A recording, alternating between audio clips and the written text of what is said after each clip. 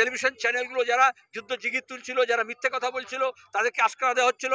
আর অথচ দেখা গেল যে সোশ্যাল মিডিয়া সাইট, যে পোর্টাল ওয়্যারের মতো যারা প্রশ্ন তুলছিল তাই বন্ধ করে দেওয়া হলো। আমাদের মোদী সরকার হোক বা দিদির সরকার হোক, তারা প্রশ্নকে ভয় পায়, অন্য কথা বলা হবে না। বিরোধী কণ্ঠস্বর থাকা মানে হচ্ছে আমাদের প্রশ্ন করার সুযোগ থাকা, মানে হচ্ছে আমাদের দেশে গণতন্ত্র আছে। আমরা দেশটাকে পাকিস্তান করতে চাই না। ডোনাল্ড ট্রাম্প আমাদের দেশের প্রধানমন্ত্রীকে হুমকি দিচ্ছেন যে কথা না শুনলে ব্যবসা বন্ধ করে দেব, আর আমার দেশের প্রধানমন্ত্রী তার উত্তরে কোনো কথা বলতে পারছেন না।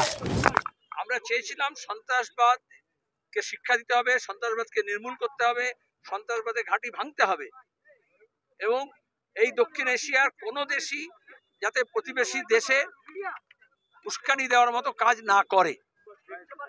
শান্তি চাই আমরা, কিন্তু কেউ কেউ বাণিজ্য চায়, ব্যবসা চায়। এবং বোঝা গেল আমাদের দেশের যারা পুঁজিপতি, পাকিস্তানের যারা পুঁজিপতি, আমাদের উভয় দেশেই সরকার আমরা মনে করি যে তাদের স্বার্থ দেখবে। সুতরাং যেই মুহূর্তে বললো উইল গিভ ইউ ট্রেড, এটা ট্রেড অফ করা হলো। তাহলে যারা একেবারে এমন অবস্থা ছিল যে আমরা যারা শান্তির কথা বলছিলাম, আমাদেরকে প্রতিদিন গাল দিচ্ছিল, তাদের এখন দুঃখ প্রকাশ করা হচ্ছে নিজেদেরকে। এবং তাদের মধ্যে আমি জানি না পীযূষ গোয়েল যখন নিয়ে যাবে কোন কোন সাংবাদিক সম্পাদককেও সঙ্গে নিয়ে যাচ্ছে, তারা যদি কিছুটা ভগ্নাংশ পায় ব্যবসার। প্রধানমন্ত্রী বলছেন অপারেশন সিঁদুরই এখন নিউ নরমাল। কে বলেছেন? প্রধানমন্ত্রী নরেন্দ্র মোদী। তিনি বলছেন যে যদি পাকিস্তানের সঙ্গে কথা হয় তাহলে পাক অধিকৃত কাশ্মীর নিয়ে কথা হবে, আর সন্ত্রাস দমন নিয়ে কথা হবে, আর কোনো বিষয় নিয়ে কথা হবে না। অপারেশন সিঁদুর আমরা সবসময় বলি আমাদের দুই দেশের অনেকগুলো দ্বিপাক্ষিক ইস্যু আছে। পাকিস্তান সবসময় বলে যে আমরা কাশ্মীর নিয়েই কথা বলবো, আর আমরা বলি আমাদের দুই দেশের মানুষের মধ্যে ব্যবসা বাণিজ্য, যা যোগাযোগ, ট্রেন গাড়ি, সফর, ভিসা, তারপর হচ্ছে আমাদের কৃষি, আমাদের শিল্প, আমাদের ব্যবসা বাণিজ্য, সব নিয়ে কথা হতে পারে। কিন্তু এখন দাঁড়িয়ে যে কথা হচ্ছে, বাস্তবতা কি?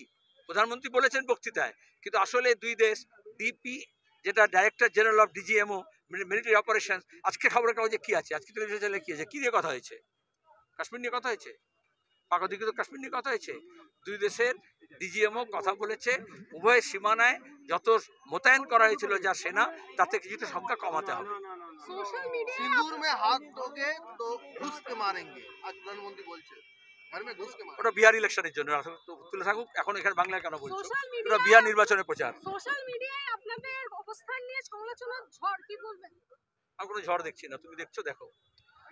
যারা মিছিল করেছিলেন তাদের উপর আক্রমণ হচ্ছে সোশ্যাল মিডিয়ায়। এটা আমাদের রাজ্যের সরকার কি অবস্থা নিয়ে এসছে পশ্চিমবঙ্গকে। যারা মনে করে যে বিজেপি মুক্ত বাংলা করার জন্য মমতা ব্যানার্জি তার পুলিশ, তাহলে এখানে শান্তির কথা বলবে গোটা দেশে বা এ রাজ্যে, সেখানে অশান্তি হবে তাকে ঘিরে, আর মিছিল করতে দেওয়া হবে না। এই জন্য আজকে আমি যে মিছিল করলাম, কোথায় কার সাহস ছিল, কোথায় মুরদ? মানুষ নিয়ে কথা বলবে না।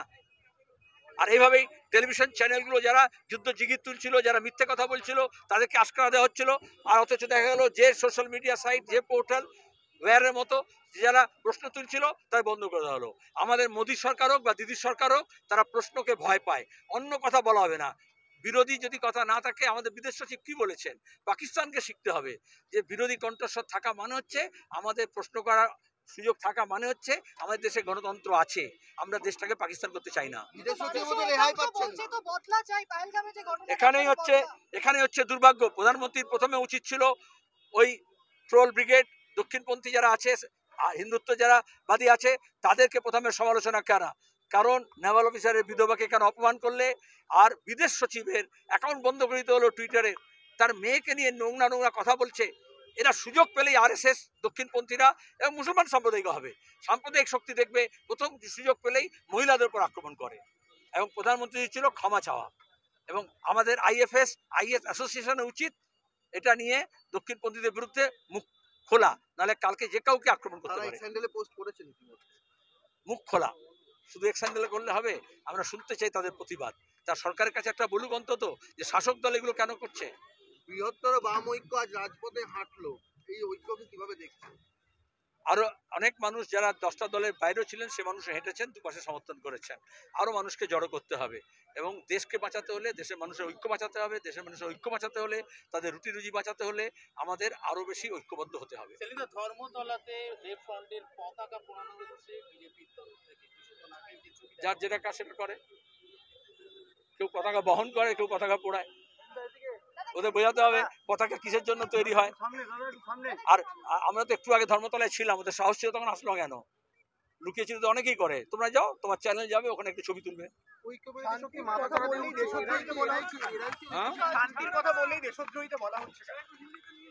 বলা হয় পাকিস্তানে তাই, পাকিস্তানে যারা শান্তির কথা বলছে ওখানকার ISI, ওখানকার মিলিটারি আর ওখানকার এইসব আল কায়দা আর ওই জাসনে কি বলে জেসে সব এটাকে কি বলবে, JM এরা কি বলবে?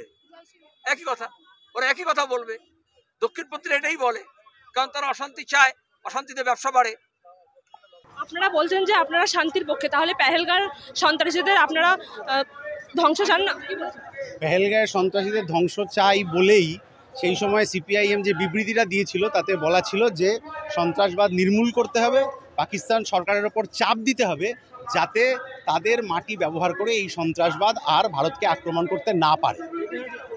বিভিন্ন বিজেপির IT সেল ও আরো মিডিয়াগুলি যেরকম যুদ্ধ উন্মাদনা বাড়াচ্ছে, এই বিষয়ে কি বলছেন? বিজেপির IT সেলের কাজই হচ্ছে যুদ্ধ উন্মাদনা বাড়ানো, কারণ যুদ্ধ উন্মাদনা বাড়ালে রান্নার গ্যাসের দাম যে বাড়লো, আর কৃষি আইন যে ঠিকঠাকভাবে লাগু হলো না, আর সাধারণ মানুষের যে কাজ নেই, এই প্রশ্নগুলো আড়ালে চলে যায়। সেই জন্য যুদ্ধ উন্মাদনা বাড়ানোর চেষ্টা করা হয়। যারা সোশ্যাল মিডিয়াতে এইসব লেখালেখি করছেন তাদের প্রতিদিনকার রোজকার জীবনযাপন, বেঁচে থাকা জিনিসপত্র, চাল ডালের দাম, এই যন্ত্রণার কথা যাতে সামনে না আসে তার জন্যই বিজেপি IT সেলকে পরিকল্পিতভাবে ব্যবহার করা হয়। ডোনাল্ড ট্রাম্প যে বলেন, একদম শাসালেন যে আমরা ব্যবসা করব না বলে দুই দেশ একদম যুদ্ধ বন্ধ করে দিয়েছে, এই বিষয়ে কি বলবেন? ডোনাল্ড ট্রাম্প আমাদের দেশের প্রধানমন্ত্রীকে হুমকি দিচ্ছেন যে কথা না শুনলে ব্যবসা বন্ধ করে দেব, আর আমার দেশের প্রধানমন্ত্রী তার উত্তরে কোনো কথা বলতে পারছেন না। এটা আসলে দেশের সম্মান। মান কি বাতেও তিনি এরকম কোনো কথাই বলেন? গতকালের যে কথাটা উনি বলেছেন তাতে তো আদৌ কোনো প্রশ্নের উত্তর পাওয়া যায়নি, এবং এইখানটায় দাঁড়িয়ে আমাদের যা যা প্রশ্ন ছিল পেহেলগাঁওয়ের ক্ষেত্রে, সন্ত্রাসবাদীদের গ্রেপ্তার করার ক্ষেত্রে, ব্যবস্থা নেওয়ার ক্ষেত্রে, কোনো কথার উত্তর কালকে আসেনি। ফলে এটা বুঝে নিতে অসুবিধা হয় না যে ডোনাল্ড ট্রাম্পের কাছে নথি স্বীকারটা ওনাকে করতে উনি বাধ্য হয়েছেন, হয়তো ভেতরে ভেতরে কোনো অন্য সেটিং হয়ে আছে এই কারণে। না হলে ডোনাল্ড ট্রাম্প আমাদের দেশের বিদেশ নীতি নিয়ে কথা বলার কেউ নন। কিন্তু আপনাদের সংযুক্ত মোর্চার বিধায়ক নওশাদ সিদ্দিকী তিনি আজকেই দাবি করলেন যে আমি যুদ্ধের পক্ষে, কি বলবেন?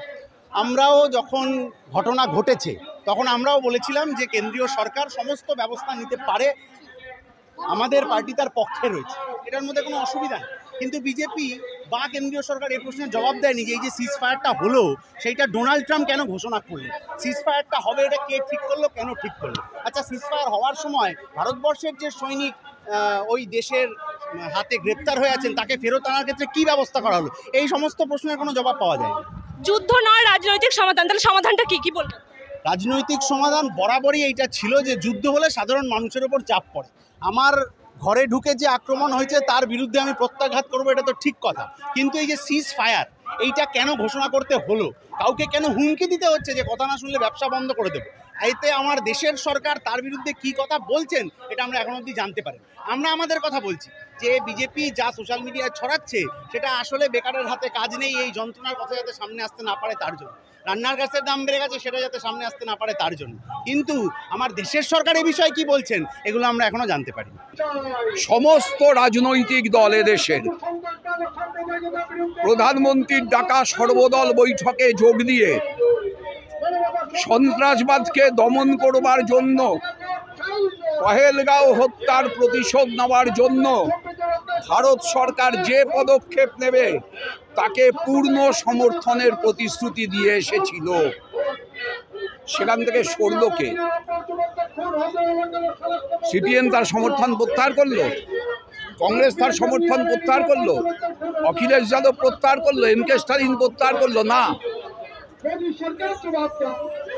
ডোনাল্ড ট্রাম্পের কথায় নরেন্দ্র মোদী প্রত্যাহার করলো, আমরা প্রত্যাহার করিনি। ডোনাল্ড ট্রাম্পের কথায় নরেন্দ্র মোদী প্রত্যাহার করেছে। আপনারা বলছেন যুদ্ধ যে যুদ্ধ আমরা করছি সেই যুদ্ধটা হচ্ছে সেটা রাজনৈতিক সমাধান, রাজনৈতিক সমাধানটা কি?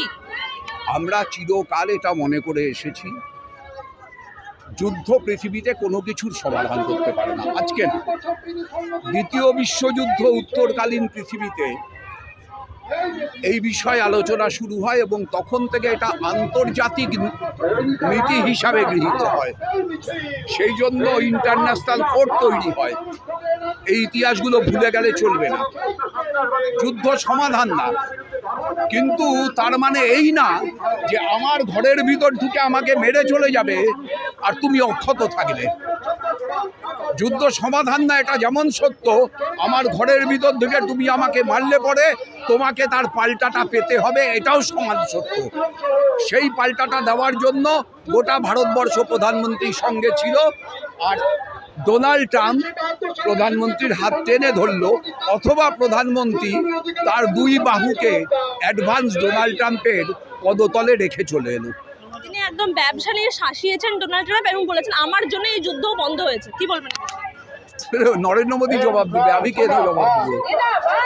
ডোনাল্ড ট্রাম্পই তো পৃথিবীকে জানালেন যে তিনি ভয় দেখিয়েছিলেন যুদ্ধ বন্ধ না করলে পরে বাণিজ্য বন্ধ হয়ে যাবে।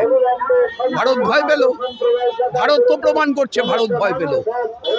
কালকে যে প্রধানমন্ত্রী বক্তৃতা করলেন, একবারের জন্য এই নিহতদের প্রতি সমবেদনা জানালেন, ভারতীয় সেনাবাহিনীর যারা জীবন দিল একবারের জন্য সমবেদনা জানালেন। আজ পর্যন্ত প্রয়োজন বোধ করলেন কাশ্মীরে যাওয়ার? কোনোটাই মনে করেননি। উনার কাছে গৌতম আদানির বিদ্যুৎ পাকিস্তানে যাওয়াটা বেশি জরুরি, আমাদের মা বোনেদের সিঁদুর মুছে যাওয়াটা বেশি জরুরি না। আমরা সন্ত্রাসবাদের বিরুদ্ধে, কিন্তু আমরা সাধারণ মানুষের বিরুদ্ধে নই, যে সাধারণ মানুষরা কোনো দোষ করেনি। বা সেই একটা জিনিস বুঝতে হবে যে আমরা কিন্তু কোথাও বলছি না যে সন্ত্রাসবাদীদের বিরুদ্ধে লড়াই করব না। সন্ত্রাসবাদীদের বিরুদ্ধে যেটা লড়াই সেটাকে যুদ্ধ বলে না। যুদ্ধ আমরা দুই দেশের মধ্যে যুদ্ধের কথা বলেছি, এবং দুই দেশের যুদ্ধ হলে দুই দেশের সাধারণ মানুষ, খেটে খাওয়া মানুষ না খেতে পেয়ে মরবে। সেটা তো আমরা সবাই জানি। আমরা গাজা প্যালেস্টাইন দেখে আমরা বুঝতে পারছি। এই ব্যাপারটা মিডিয়ার কাছে কেন ক্লিয়ার হচ্ছে না যে আমরা যদি বলি যুদ্ধ নয় শান্তি চাই, এটা আমরা সন্ত্রাসবাদের পক্ষ নিচ্ছি, এটা কেন তারা ভাবছেন? নাকি এটা ভাবানো হচ্ছে মানুষকে, এটা কোনো রকমের একটা পলিটিক্যাল প্রোপাগ্যান্ডা যেটা মিডিয়া ছড়াতে চাইছে সিপিআইএম এর বিরুদ্ধে? এটা আমি বুঝতে পারছি না। সন্ত্রাসবাদের বিরুদ্ধে আমরা কিন্তু সবসময় ছিলাম, কিন্তু আমরা আবার অন্যদিকেও যুদ্ধের বিরুদ্ধে, যেখানে যে যুদ্ধের বিরুদ্ধে সাধারণ মানুষরা সব থেকে বেশি অ্যাফেক্টেড হবে। আমরা সবাই জানি রাজায় রাজায় যুদ্ধ হয়, উলুখাগড়া মার খায়। এমনকি আমরা দেখলাম যে আগের দিনে একটা প্রেস কনফারেন্সে বিরোধী দলনেতা শুভেন্দু অধিকারী বলেছেন যে এরা পাকিস্তানি, যারা এরকম যুদ্ধবিরোধী ঘোষণা তারা পাকিস্তানি। এই বিষয়ে তুমি কি বলবে? শুভেন্দু অধিকারী তো অনেক রকমের অনেক কথাই বলে। শুভেন্দু অধিকারী নিজেও কিছু দিন আগে যুদ্ধ চাই না সেরকমও একটা বক্তব্য রেখেছে। ওটা তার পলিটিক্যাল স্ট্যান্স, তাকে তার পলিটিক্যাল জায়গা ঠিক করে রাখতে হবে বলে আমাদেরকে পাকিস্তানি বলছে। আমরা যদি পাকিস্তানি হই তাহলে আমাদের ভোটার আইডি কার্ড, আমাদের আধার কার্ড সেই সব জায়গায় রয়েছে, আমরা তাহলে করটা তো পাকিস্তানকে দেবো, তাই না? বিজেপির বিভিন্ন আইটি সেল আর অনেক মিডিয়া এরকম ছড়াচ্ছে যে তারা মানে বামপন্থীরা এরকম আন্দোলন করছে, তারা একদম দেশ বিরোধী। এই বিষয়ে তুমি কি বলবে? দেখো, আমি আজকেও ফেসবুকেও একটা পোস্ট করেছি, আগেও বলছি যে আমাদেরকে বুঝতে হবে যে বাম মনস্ক প্রত্যেকটি মানুষ সিপিআইএম করে না। আমি নিজে সিপিআইএম করি। এবার প্রত্যেকটি বামপন্থী দলের ধরো প্রাথমিক আইডিয়া অফ কমিউনিজম এক হলেও এক একজনের প্রোপাগান্ডা, এক একজনের এজেন্ডা আলাদা হয়। তো কিছু বাম সমর্থক বা অতি বাম সমর্থক যদি কোনো একটা কথা, কোনো একটা বক্তব্য রেখে থাকে যেটা দেশ বিরোধী, যদিও আমি মানি না, কারণ আমি এখন অবধি শুনে উঠতে পারিনি কি বলেছেন, যদি হয়ে থাকে সেটা কিন্তু গোটা সকল বাম মনস্ক মানুষ বা পার্টিকুলারলি সিপিআইএমের দায় নয়। সিপিআইএমের দায় সেটাই যেটা তাদের অফিসিয়াল পেজ থেকে বা তাদের নেতৃত্ব বক্তব্য রাখবে। ইভেন আমিও এই বক্তব্য যেটা মিডিয়ার সামনে রাখছি সেটাও কিন্তু সিপিআইএমের দায় নয়, যেটা একজন বামপন্থী মানুষ হিসেবে যে সিপিআইএমকে সমর্থন করে, সিপিআইএমকে ভোট দেয়, তার বক্তব্য। আমরা দেখলাম যে ভারতের অভিভাবক একদম প্রধানমন্ত্রীকে ডোনাল্ড ট্রাম্প চুপ করে দিলেন। তিনি বললেন যে আমি ব্যবসা বন্ধ করে দেবো, তার জন্য তারা যুদ্ধ বন্ধ করেছে। এই বিষয়ে কি বলবো? দেখো, আমাকে বুঝতেই হবে যে প্রধানমন্ত্রী নিজেও হয়তো কখনো অবধি অফিসিয়ালি স্টেটমেন্ট দেয়নি যে সে যুদ্ধ চাইছে। আর অবভিয়াসলি আমাদের দেশটা তো একটা ডেভেলপিং নেশন। আমাদের যদি ব্যবসা, আমাদের যদি বাণিজ্য বন্ধ হয়ে যায়, সেটা আরও অনেক বেশি করে এফেক্ট করবে আমাদেরকে, আমাদের ইকোনমিকে এফেক্ট করবে। আর যুদ্ধ হলে তো এমনি ইকোনমি এফেক্টেড হয়। তো অবভিয়াসলি আমার মনে হয় যে যেই সিদ্ধান্ত নেওয়া হয়েছে ভেবেচিন্তে এবং ঠিক করে নেওয়া হয়েছে।